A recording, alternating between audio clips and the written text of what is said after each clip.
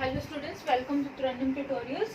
आज हम करने जा रहे हैं solution of linear equation system by inverse of matrix. हमने पहले ये अब हमारा मैट्रिक्स चैप्टर का लास्ट टॉपिक है। हमने इसमें लीनियर इक्वेशन सिस्टम आएगा, जैसे इक्वेशन एक्स वाई जेड। यहाँ पे जो एक्स वाई जेड है वो हमारे क्या है, X Y Z are unknowns. Okay, unknown variables होंगे। एक्स वाई जेड की वैल्यू हमने निकालनी, जिससे 10th में हमने इक्वेशन सॉल्व करते थे एक्स वाई की वैल्यू निकालते थे। अभी इसमें हमारे पास जेड भी आ गया है। ओके, तो और बिना एक्स वाई जेड वाली को मतलब कॉन्स्टेंट टर्म्स को D1 D2 D3 से डिनोट करेंगे हम। इसको हमने मैट्रिक्स की हेल्प से करना है। इसको नॉर्मल तरीके 10th के मेथड से सोल्व नहीं करना है, हमने इसको मैट्रिक्स के हेल्प से सोल्व करना है। अब ये ध्यान दीजिए कि ये किस टाइप से बना होगा। अब जो एक्स वाई जेड के कोफिशिएंट है उसको हम ले लेंगे ए मैट्रिक्स।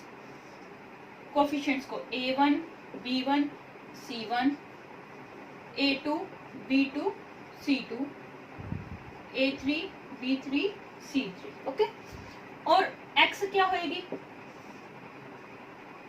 एक्स वाई जेड, और b क्या होगा, b क्या होगा हमारे पास जो कांस्टेंट टर्म है D1 D2 D3। अब ध्यान दीजिए कि a जो है, जो कोफिशिएंट से मिलके बनी है हमारे पास मैट्रिक्स, वो 3/3 की है।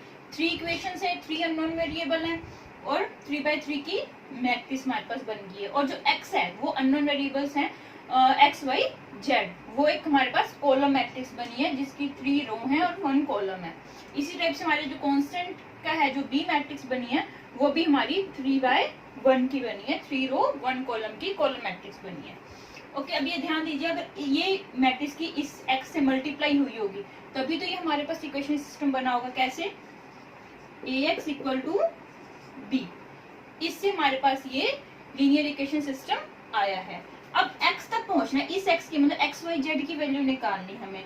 तो मैंने पिछले लेक्चर में बताया था, इस x तक पहुंचने के लिए हमें pre multiply by a inverse या b इनवर्स ऐसे करना होता है।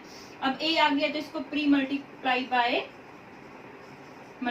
Bye a inverse, a inverse a x a inverse b। अब ये a इनवर्स और a क्या हो जाएगा, identity matrix a inverse b, x equal to a inverse b। तो x की वैल्यू क्या आ जाएगी, ये हमारे पास सोल्यूशन आएगा इस इक्वेशन सिस्टम का। मगर ये कब पॉसिबल है, अब a इनवर्स आ रहा है, a इनवर्स आ रहा है तो इसके a इनवर्स के लिए मैंने आपको क्या बताया, क्या होना चाहिए, a मैट्रिक्स को नॉन सिंगुलर मैट्रिक्स होना चाहिए। इट मीन्स a इनवर्स तभी एग्जिस्ट करेगा जब a determinant not equal to 0, मतलब नॉन सिंगुलर मैट्रिक्स होगी हमारे पास, तभी ये a इनवर्स एग्जिस्ट करेगा। a इनवर्स एग्जिस्ट करेगा तभी हमारे पास x की वैल्यू आएगी। तो अब इससे हमारे आगे फर्दर बनता है, जैसे अब ये नॉन सिंगुलर आ गई, नॉन सिंगुलर आ गई, जो पहला पॉइंट क्या बनता है, when determinant of a is not equal to 0 then system has unique solution, system का यूनिक सोल्यूशन आ जाएगा। अब अगर हमारे पास ये मान लो a डिटरमिनेंट इक्वल टू 0 आ जाता है, सेकंड कंडीशन है हमारी, इक्वल टू 0 आ जाता है, तो सिस्टम क्या हो जाएगा, या तो नो सोल्यूशन में जाएगा, नो सोल्यूशन, या इनफाइनाइट मैनी सोल्यूशन, ये 2 कंडीशन में जाएगा। इसको आगे मैं बताती हूँ कि ये किस हिसाब से आगे क्वेश्चन जाएगा। उससे पहले आपको बताएंगे हम कंसिस्टेंट और इनकंसिस्टेंट क्या चीज है।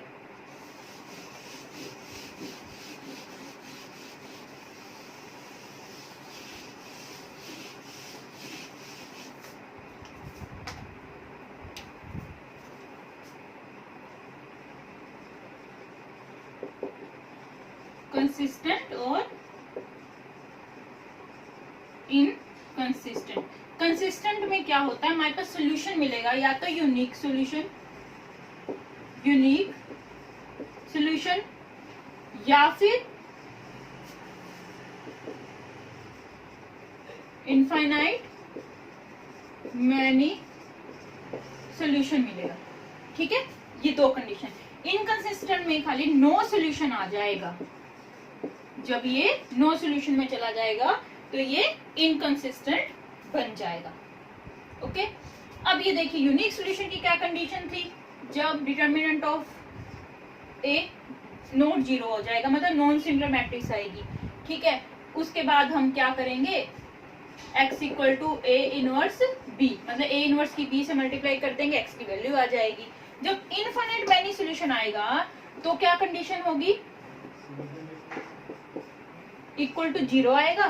फिर हम क्या निकाल लेंगे, एडजॉइंट ऑफ ए निकालेंगे, उसकी प्रोडक्ट कर देंगे बी से, बी मैट्रिक्स जो हमारे पास कांस्टेंट वाली थी, कॉलम मैट्रिक्स वाली थी, बी से। अब अगर ये इक्वल टू जीरो आ जाता है, ठीक है, इक्वल टू जीरो आ जाता है, तो ये इनफाइनाइट मैनी सोल्यूशन में चला जाएगा। उसका एग्जांपल जब लेंगे तब पता चलेगा। इस कंडीशन में इनफाइनाइट मैनी सोल्यूशन आ जाएगा। नो सोल्यूशन में कब होगा, जब determinant of A equal to zero आ जाएगा, फिर उसके बाद एडजॉइंट ऑफ ए लेंगे, फिर उसकी प्रोडक्ट करेंगे बी से, ये नॉट इक्वल टू जीरो आ जाए। नॉट इक्वल टू जीरो मतलब कुछ ना कुछ वैल्यू रह जाएगी उस मैट्रिक्स में, तो ये नो सोल्यूशन में चला जाएगा और ये इनकंसिस्टेंट बन जाएगा। इसको मैं एक डायग्राम के हिसाब से बताती हूँ आपको।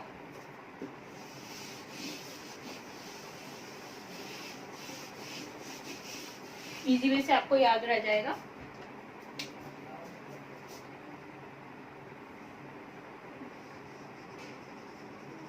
लीनियर इक्वेशन सिस्टम, आपको ये दे दिया लीनियर इक्वेशन सिस्टम। उसके बाद आपने डिटर्मिनेंट ऑफ ए निकाला, is not equal to zero आ गया, नॉन सिंगुलर मैट्रिक्स आ गई। नॉन सिंगुलर मैट्रिक्स तो यूनिक सॉल्यूशन और कंसिस्टेंट भी हो गया। अब इसके बाद हमारे पास आ गया ये determinant of A equal to zero आ गया। अब ये दो कंडीशंस लेके जाएगा। ये क्या आ गई, सिंगुलर मैट्रिक्स आ गई। ये दो कंडीशन पकड़ लेगा आगे, adjoint of A into B निकालेंगे। ओके, ये इक्वल टू जीरो आ जाए तो ये क्या आ जाएगा,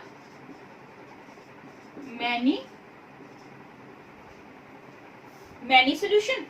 ओके, फिर इसके बाद क्या आ जाएगा हमारे पास, इनफाइनाइट भी लिखेंगे, इनफाइनाइट मैनी सोल्यूशन, तो ये कंसिस्टेंट आ जाएगा।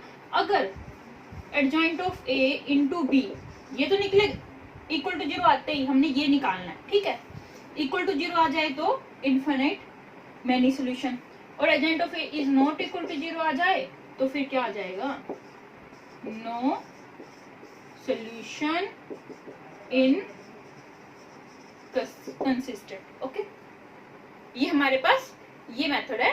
ये तो मैंने आपको फॉर्मेट बताया कि किस हिसाब से इस क्वेश्चन को स्टार्ट करना है हमने। अब आगे के लेक्चर में हम इसके एग्जांपल लेके चलेंगे। आई होप कि आप लोग को ये समझ आया होगा। इसको ध्यान से पैटर्न को देखिए कि किस हिसाब से हमारा क्वेश्चन जाएगा।